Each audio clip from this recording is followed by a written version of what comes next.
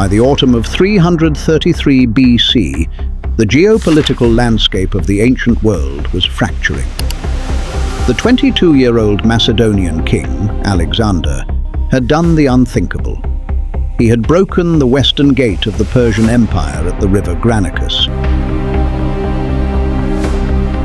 But a localized border crisis had now matured into an existential struggle for total dominance.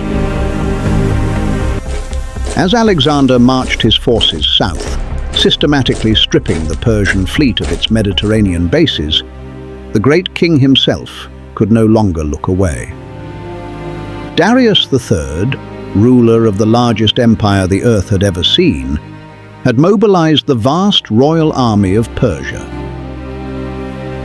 He wasn't sending satraps anymore.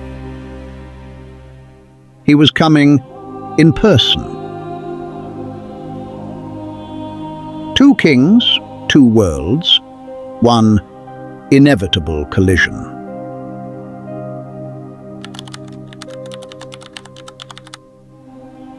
Darius had brilliantly outmaneuvered Alexander, cutting off the Macedonian supply lines by slipping behind them through the mountain passes. But in doing so, Darius had inadvertently trapped his own massive army on a narrow coastal plain. The tactical genius of Alexander lay in recognizing his enemy's blunder instantly. On this cramped terrain, Persia's greatest advantage, sheer numbers, was completely neutralized. On the fateful afternoon of November 5th, 333 BC, the lines clashed. While the Macedonian phalanx struggled to hold the center, Alexander spearheaded a devastating cavalry charge on the right. He smashed through the Persian left and wheeled inward, driving straight, like a spear tip, toward the royal chariot of Darius himself. Seeing his elite guard collapse and the Macedonian king closing in, panic seized the great king. Darius turned his chariot and fled the field. He left behind his army, his royal chariot, his bow, and his family. The Persian line shattered in a catastrophic rout. Against all odds, Alexander had broken the great king. With Darius fleeing eastward to rebuild his army, the road to Egypt lay open. But to secure his rear, Alexander faced a monumental obstacle: the ancient Phoenician metropolis of Tyre. Anchored safely on an island half a mile off the coast, with walls reaching 150 feet high, the Tyrians believed they were completely untouchable. They refused Alexander entry. They expected him to march on. They did not know the man they were dealing with.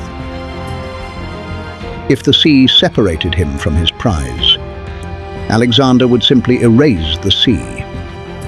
He ordered his army to build a colossal earthwork mole, 200 feet wide, reaching out into the deep water toward the island fortress.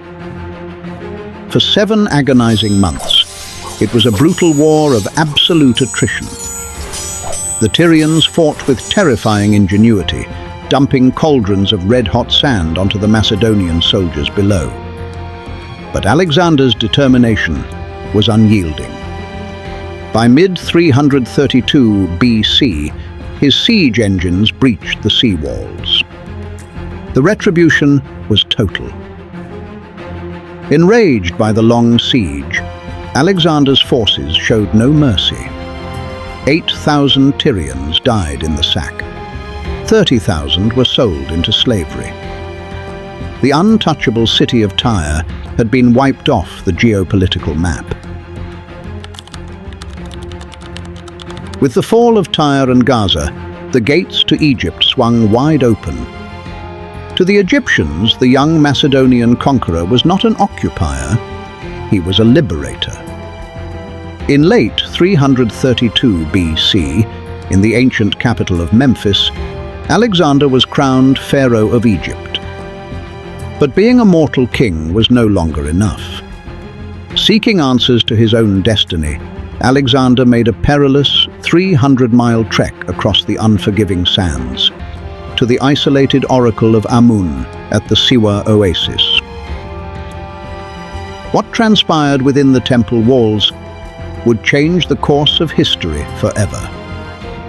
The high priest, misinterpreting a Greek greeting or speaking with divine intent, addressed the young conqueror not as a man, but as Y Pi Dios, "O Son of God."